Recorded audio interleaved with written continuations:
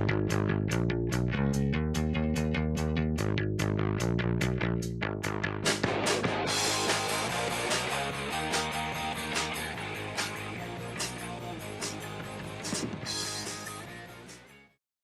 morning, Daniella. How are you this morning? Good morning. I'm doing well. How are you? Good. Everyone, welcome to the Career Coaching Experience. This is episode 10, our final episode. So we're going to wrap it all up today. I'm really excited about this. Been shooting for this for the last couple of months. So let's get started. So we talked last week about you were considering, investigating, researching, securing more information about a career possibly in coaching. And we talked about the fact that you had some unexpected turns with your current employer. They did a complete reorganization.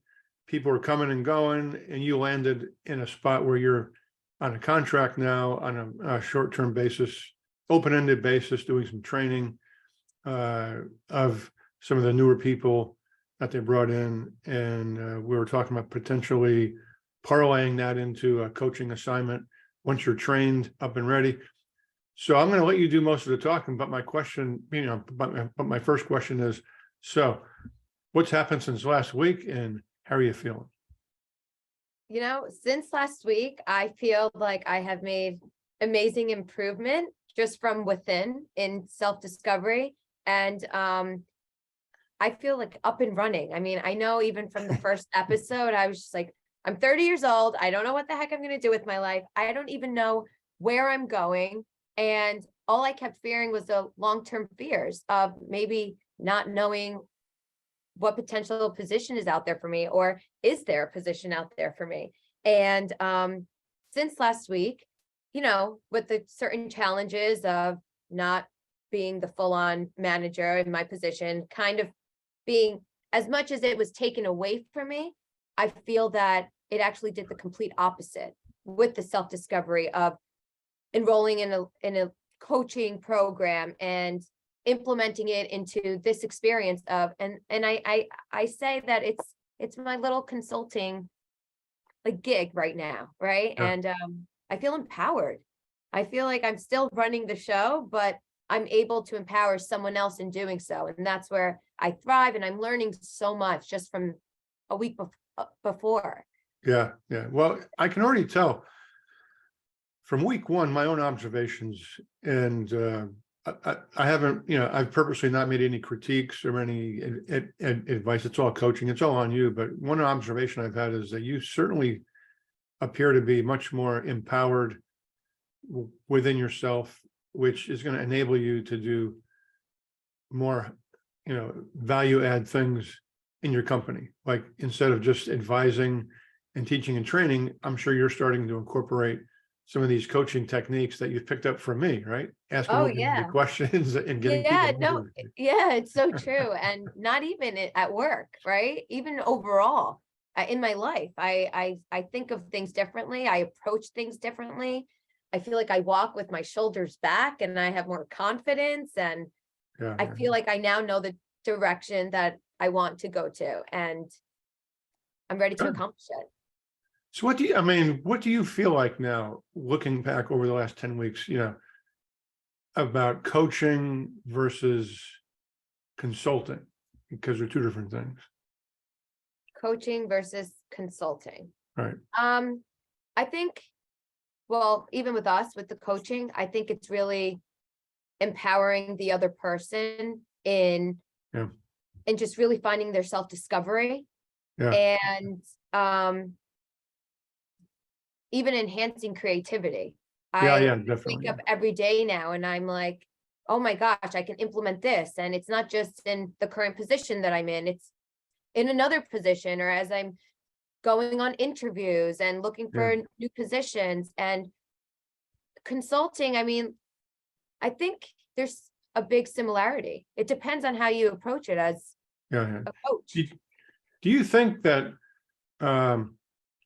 it's more powerful to get someone to come to their own realization, wow, it's almost like an epiphany, versus a consulting or advising or teaching is just basically telling somebody what to do. Do you see a difference there in terms of Yes. empowerment? Yes, completely. And I think that you can teach someone a system of being a leadership coach, but if you don't have it naturally ingrained in you, I think that's the biggest difference. Yeah, Because you have to know the process. Yeah. you have to know the process. You have to be able to really read who you're working with. And I think that that's what coaching really teaches you, how to communicate. And sometimes, things that I've even said with the training, I'm thinking, oh my gosh, I should have approached that differently. Yeah. And that's a really big thing. And, even Nick laughs at me and I'm like, communication is really the biggest thing. It's the key to really having a strong foundation of keeping a relationship going. And he always laughs at me, but I'm like, it's true. You have to know really how to communicate. Do you feel that being able to actively and empathetically listen to someone, what they say, like really listen to what they say, is that a key to communication? Oh, absolutely. And it's funny that you say this because on Tuesday, when I went to Brooklyn to continue the training with the new manager, the second I walked in, he smiled at me and I'm like, good morning. And he's like, oh, can't wait to continue our therapy session. I go, well, not therapy, but more coaching. And he's like, I know, but you make me feel so free to speak with you, and the challenges that are even like that he's facing even through his own process. I'm the support, I'm the what's it called? His Facilitator. hand. Yeah. And that's what I needed, right? And this is how the coaching has helped me. I kind of needed someone to, like a little kid that needs their parent to hold their hand across the street. That's the piece that I needed. Yeah, I think you're right. I think all you needed a little bit was the skills to reach within yourself to find the answers, because the answers were always there. From the first time I met you, you were like a magnet. People want to talk with you. You're a great listener. I would see you in conversations with people and you're always listening. You were hardly ever talking. People were talking to you all the time as opposed to you talking with them. And that just tells me that you're a really good listener. And when you're a good listener, that is one of the key success factors of being a good coach, because you're actively interested in the other person. Yeah. You're listening to what they're saying, because once you listen to what they're saying, you're gathering all sorts of information, all sorts of perspective.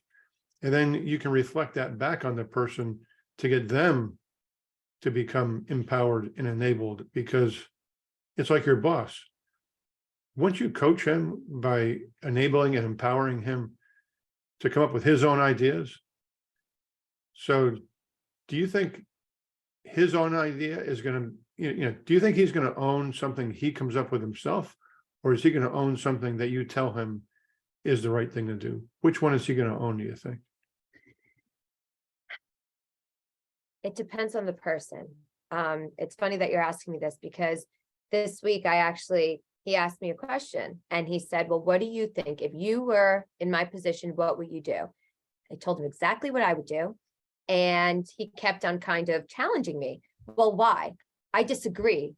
Give me a reason as to why you wouldn't do it this way. And I'm thinking, you're asking me, I'm telling you, but at the end of the day, you're going to do what you're going to do. And at one point he even said that. He goes, well, I'm just very curious as to why you kind of disagree with me and you have a different approach, but I really, really respect what you're saying.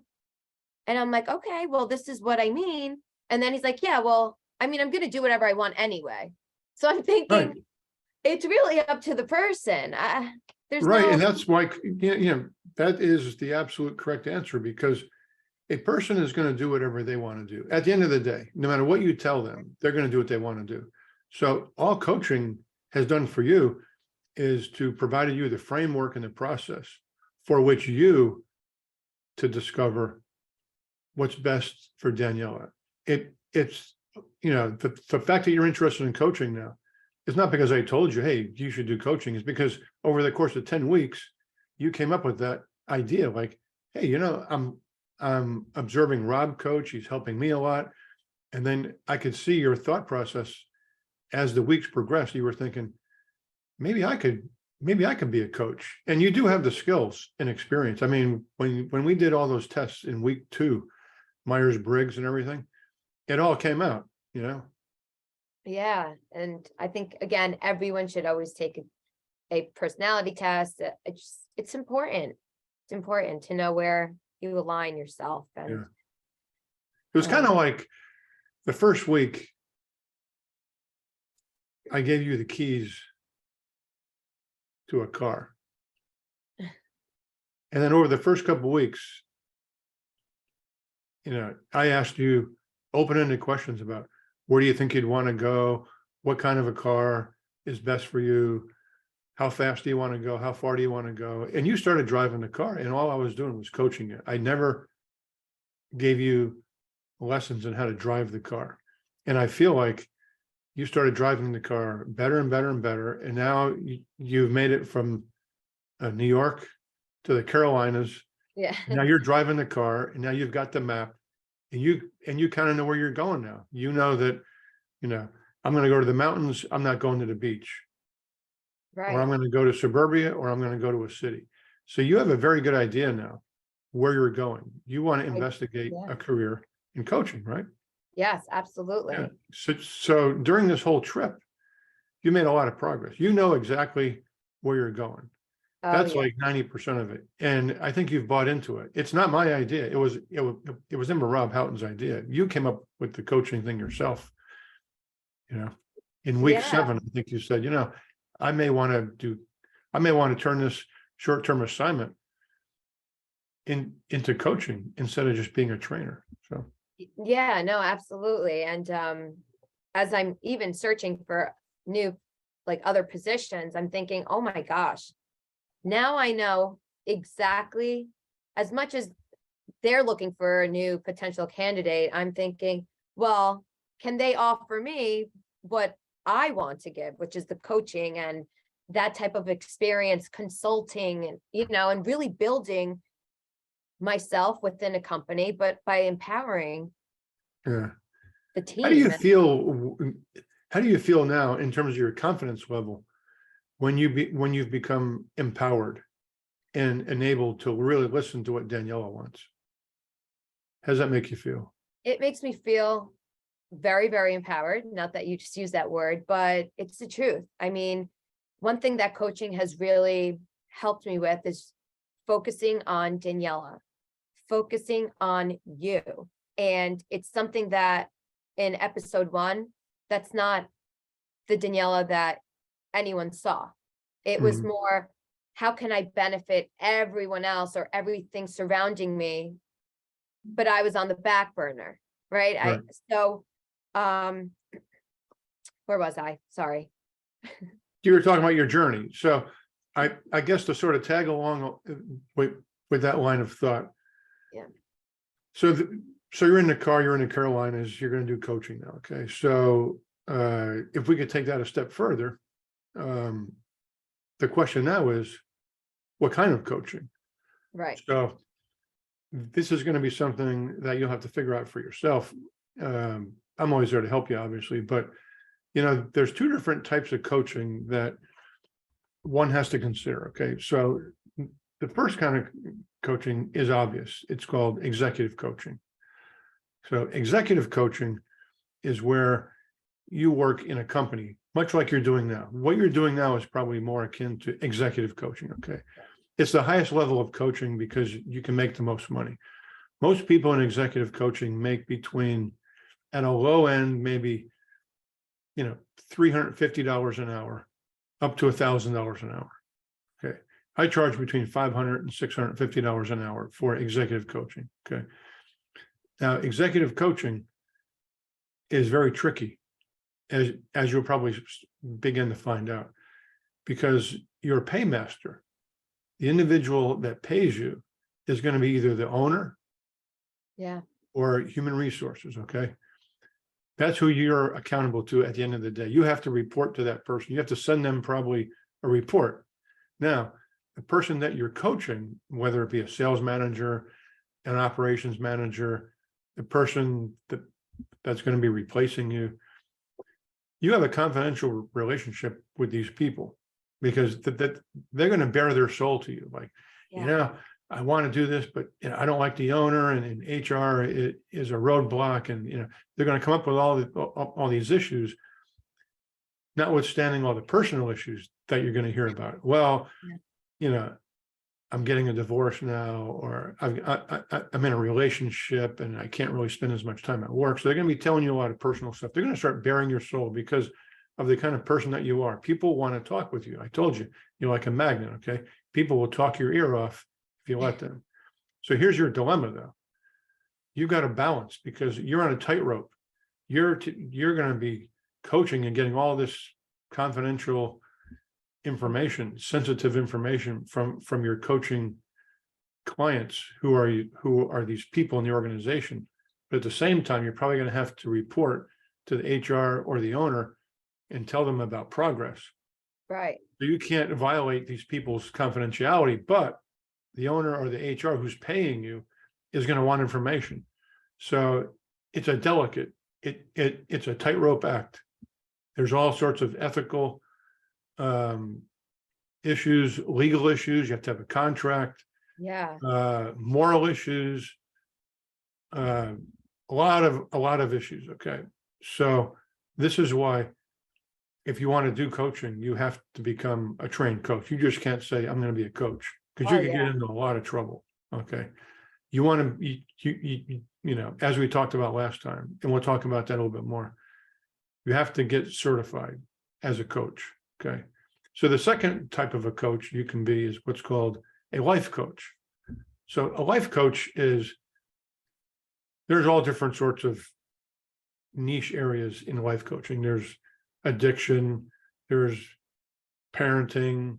You can be a life health and fitness coach, which is almost like a trainer at a gym. You could be a longevity coach. I'm finding that my executive coaching is leaking into longevity coaching because a lot of people want to know more about how can I live longer, and you get into all sorts of interesting topics like health, dieting, physical fitness, meditation, reading, music, enjoyment, self-satisfaction, travel. I mean, there's all sorts of subsets. So you can go down this rabbit hole. So life coaching is a different animal, but it's still coaching. You're using the same techniques. So life coaching, you typically have a relationship with somebody outside of work. Yes. So you're just going to do a life coach because someone, wants improvement, self-improvement individually, not necessarily professionally. Now, the model in life coaching, because people can't afford to pay what a company is going to pay you in most cases, okay, unless you're talking to a uber wealthy person. I was in Abu Dhabi doing life coaching for, sheikhs, and they were paying me $1,500 an hour. It was just crazy money, but they wanted to suck everything from my brain in terms of, all sorts of life coaching stuff, how to do self-improvement. They had me coaching their sons and cousins and all kinds of other things. So life coaching in the United States, in America, you have to coach a lot of people to make a decent amount of money. So typically the model in life coaching is you would have almost like a seminar, like a life coaching, and you would pick a topic. Like, let's use the topic of longevity. Okay. You're a longevity coach. You would advertise through the internet or word of mouth or whatever. And you'd probably have like 6 people come over to your house or a home office. Yeah. What I used to do is rent a conference room in a local hotel because it's more professional. Right. So you get like 6 or 7 people together as a group, and you would do a life coaching session for like 90 minutes or 2 hours. And you would charge, because you have more people in that 1 hour, you don't have to charge $500. You could charge, $500 for the whole group per week. Right. Okay. And you could do them at 7 o'clock. You could do like 7 to 9 or something and have a break in between. So, life coaching, and these are generalizations, is typically more outside of work, individual, and most people do them in small groups. But if you're dealing with a wealthy person, sure, you could do a one-to-one life coaching, which is a lot of fun. Believe me, one-to-one life coaching is a lot of fun because that's very, very powerful. You could literally change someone's life Yeah. if you life coach them with the proper techniques. Because at the end of the road, they're going to be totally self-empowered. They're going to reach this state of self-realization, self-actualization, and it's really cool to see. I've coached individually probably 100 people, and the results are just amazing. Yeah. And you can make about the same amount of money as executive coaching, but executive coaching, again, is more professional. It's one-to-one. It's typically done during business hours, okay? It's a business, okay? So life coaching, something to think about. You could do life coaching as sort of a side hustle. So you could actually find another job, right? In HR or something, and you could get certified as a life coach, and you could do life coaching in the evenings. And you could really get good at that. And then as your business expands, so I'm sure you're going to be really good at it. So let's say you're doing one session once a week at night, and then it's twice a week at night, because all these people are going to tell other people. It'll grow very, very quickly. Next thing you know, you're doing like 5 nights a week, and Nick is ready to kick you out because he's like, I never see you anymore. So that's when you can start either expanding more into executive coaching, or you could do life coaching during the daytime. So another way that you could do life coaching is you could do Zoom calls. You could have a group Zoom call. So now what you do is you move from a more of a personal, building your business face to face, because that's how you really build relationships. Then as you get more referrals, you can start to move that more towards a Zoom based life coaching business, where now you're doing people like 11 to 12, because maybe people can do it on the lunch breaks. You do another session 12 to 1, maybe 1 to 2. You start doing 3 of these a day. That's all you could do, really, because it takes a lot of energy. You got to do a lot of preparation. So you would probably prepare in the morning, do your Zoom calls in the midday. And then after that, you would do your after action reviews. You would, write everything up, because you got to prepare, you have to coach, and then you have to write it up. Right. But that could take up an entire day. That could easily be like 9 to 4. And then you have a Monday through Friday business that just gets bigger and bigger. And now you're doing Saturdays, maybe. You could devote a whole Saturday just doing coaching. And then what happens is you build your business. Then you hire somebody else, a friend of yours, a former colleague. You get them trained, and then you get them to do stuff. And you're taking maybe half of what they make, or a cut. And you could build a huge business on it, off of this. I mean, you're only 30 years old. By the time you're 40, you're gonna have a freaking coaching empire. By the time you're 35, you could. I'm thinking about it. If you built up this thing in 5 years, you could have an empire. You could have multiple people working for you. I mean, just kicking ass. And now you got your own business. You don't depend on anybody. No. You are an owner, no longer a temp. Yeah, no, It's one way to think about it, Start it off. I mean, so I'm going to stop talking now. So how does that all sound to you? It sounds great. And one thing that I mentioned before today was that it really enhances the creativity. And although there's the executive coaching and then the life coaching, which they are different, I sometimes think that you can go into a company and offer the executive coaching, let's just say, right? Mhm. But when people start to kind of give you more information about their personal life, I also think that's very important. And it doesn't mean that you need to go out and tell the HR or the CEO of the company, like, oh my gosh, this person's getting a divorce. This is why he or she is not doing so well. But as a coach, I feel that you can kind of also offer that life coach, maybe on the side, but really get in, have that information, available, and kind of help that person in a positive way, guide them as to how to progress in Right. the company. And I think that that's where the progress would be when you speak to the Mhm. CEO or the human resources. But I think it's important because yes, you don't want to bring the home, like issues from the outside to work, but in reality, it just happens sometimes. And you have to really get to know the person, understand them. And even now, I have Absolutely. Yeah. like my employees, at one point I'm like, what's going on? You went from A to like Z and what happened? And they end up really confiding in you, not telling you everything, but then you start really observing that, you analyze them, okay, how is it affecting their work? And then with just a little bit of not maybe coaching, or it feels like a little therapeutic, which is, it's not the same thing, but they end up saying, okay, you know what, this is what's going on. Speaking with Daniella and having that little type of coaching or that empowerment that, okay, everything's going to be okay. Or I don't know. I mean, like I said, it's just the They open up. creativity. And yeah, One thing you could do too, now, coaching is a game of a tightrope. So the other thing that some people do, I've not done this yet, but what you could do is if you are executive coaching someone about how to be more efficient as a manager, let's say, or how to become more of a leader, and you're getting into leadership coaching.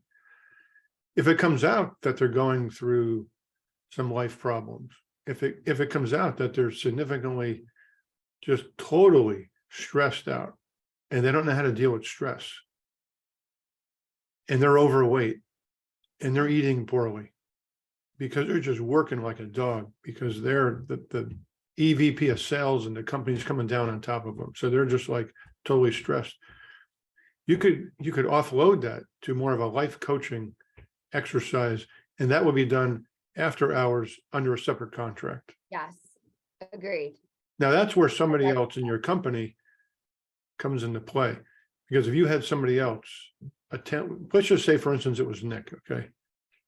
Let's say that you were doing executive coaching and Nick was doing life coaching, as an example. You could offload that individual client to Nick, who would then be his life coach. Right. Or you could be his life coach. But, there is no right answer. This is a gray area. There's all kinds of ethics and legalities involved, but you got to be careful. A lot has to do with your contract that you develop with the client, because your client may say to you, okay, I'm going to hire you as a coach, but your coaching, your scope of work remains only business related, organizational type coaching. You're not allowed to do anything,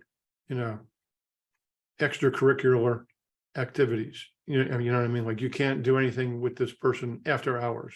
I mean, Right. I'm just saying, all depends on the contract, but you're right. A lot of these executive coaching exercises that I do, it ends up, you get into the personal problems. So there's two issues with that. The most obvious issue is, particularly if it's the opposite sex, or maybe for some people it's the same sex, I don't know.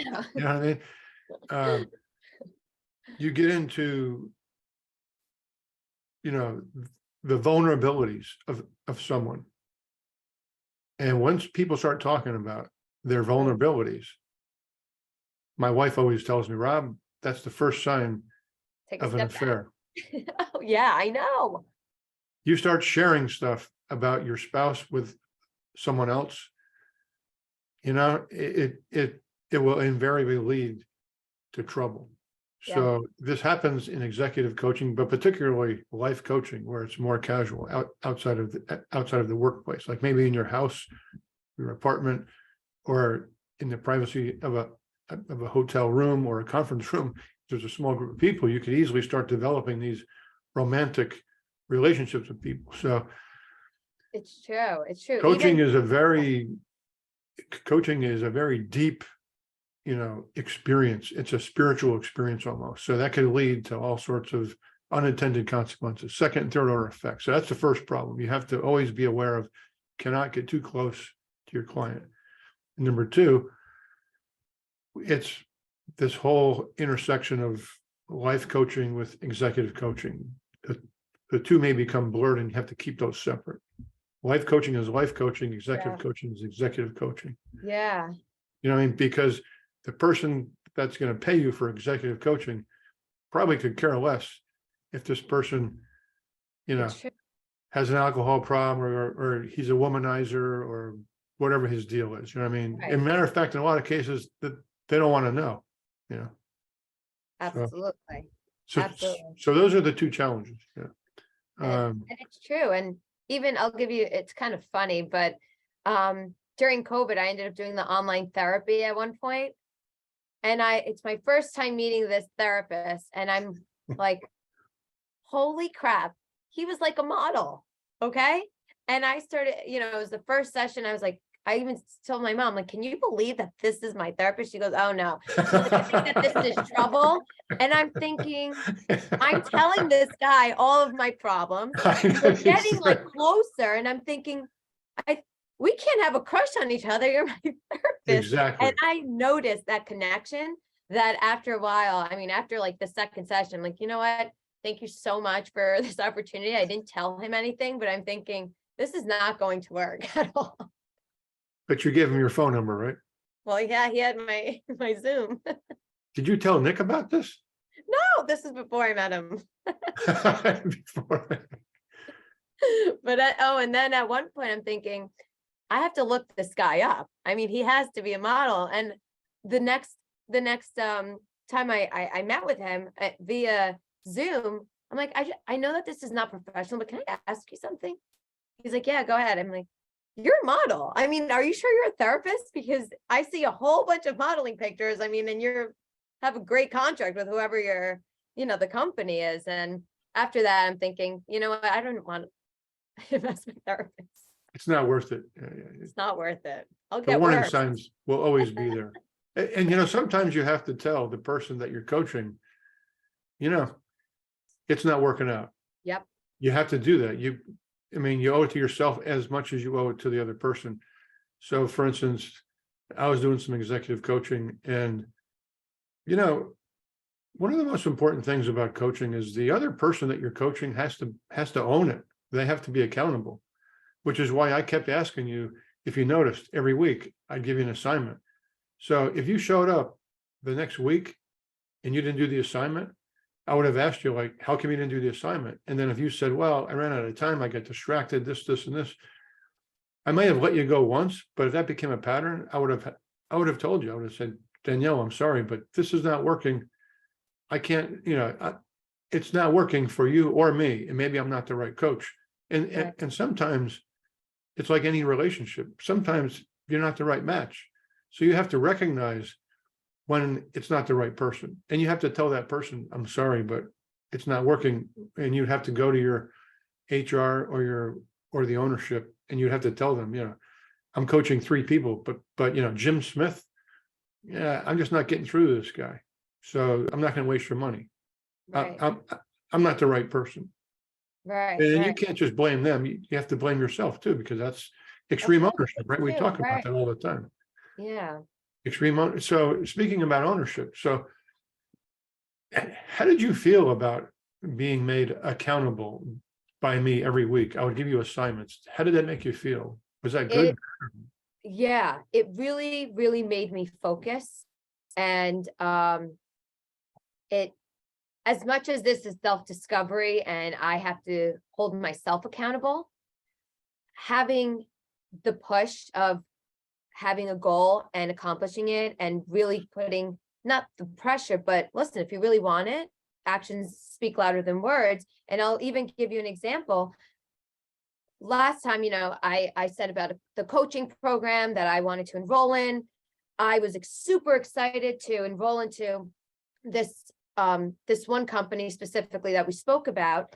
And then after that, I was a little bit, you know, I had a setback because I'm like, I can't afford to pay all this money for this leadership program. And then I'm still looking and looking and looking.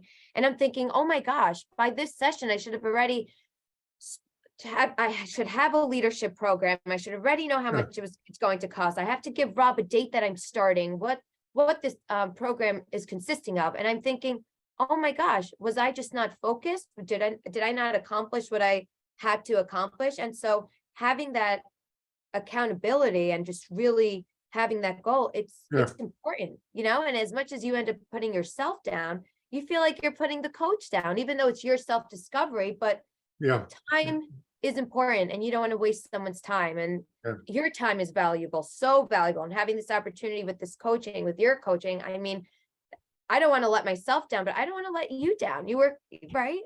So even something like that.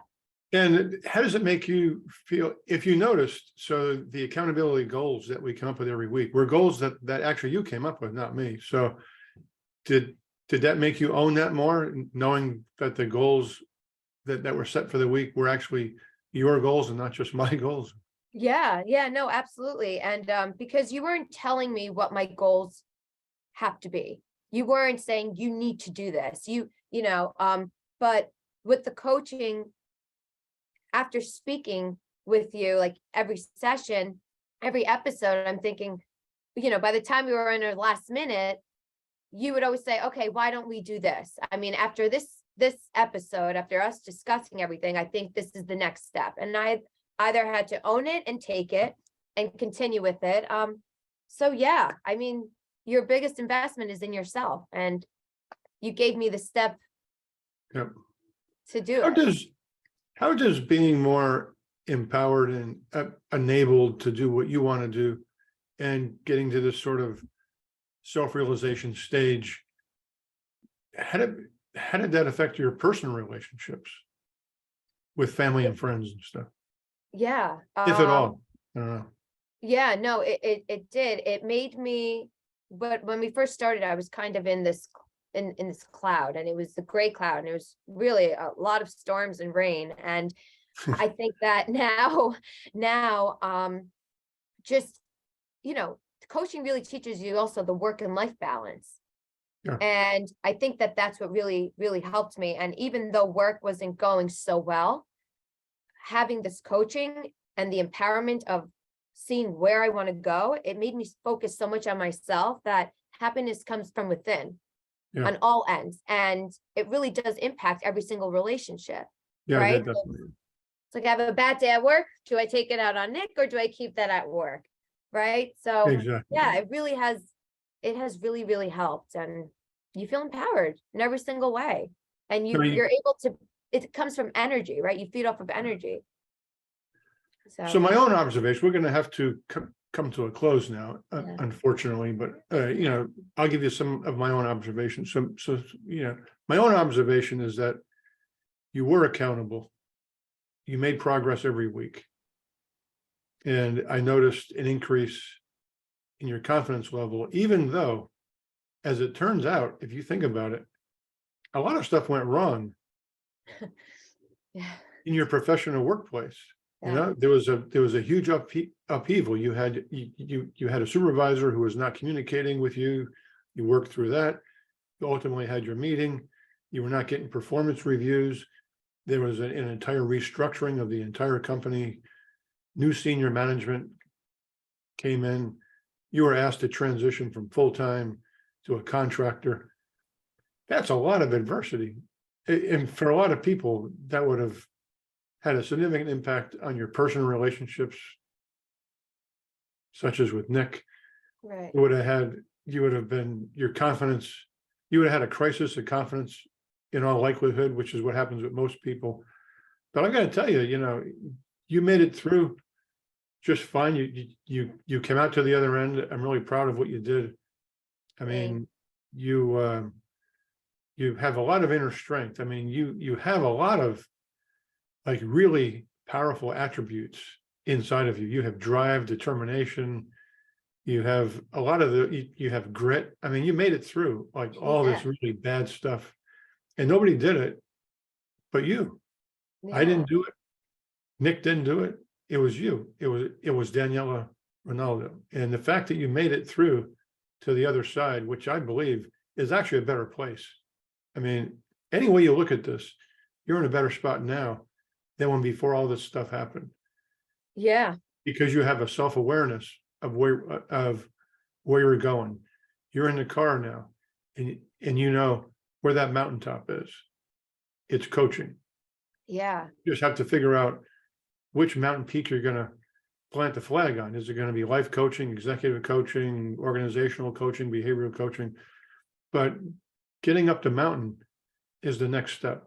And that is getting certified, identifying, signing up, Oh, and yeah. owning becoming a certified coach.